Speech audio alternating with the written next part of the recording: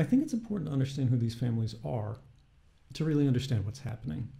Now, the families, Sapun, Ajit, Nadika, Vanessa, and their children, these are good people who were driven from their homes by torture, rape, abuse, blackmail, and war.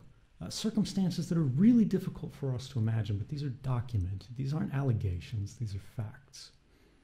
Now, they've spent many years since then living in poverty and deprivation in Hong Kong, while they asked the government to protect them, asked them for help, asked them to make them safe.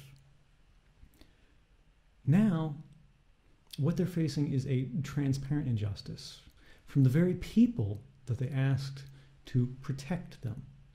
We don't know who is behind it exactly, but someone in the Hong Kong government has decided they want to make these families disappear immediately, no matter the costs.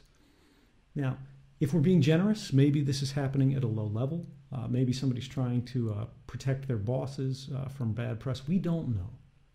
What we do know is if the Minister of Security in Hong Kong, Tung-kwok, allows it to happen, it should be seen as the defining moment of his career.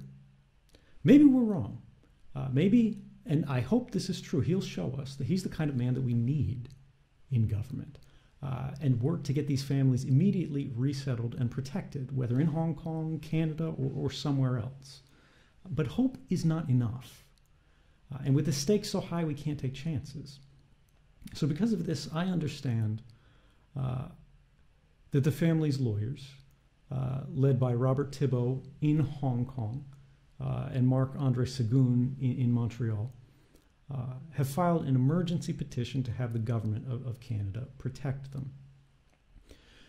The challenge is that if we don't get an answer from the government of Canada this week, it may be too late, because just last week, the government of Hong Kong rejected all of these families' cases, didn't even consider the children's cases, and just said, get them out. We don't care what the evidence is, just get them out.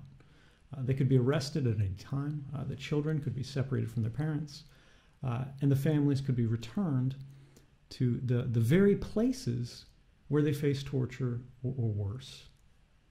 Now, every human rights organization in the world is watching this case, but it's not enough. And if we're going to protect these families, we need your help.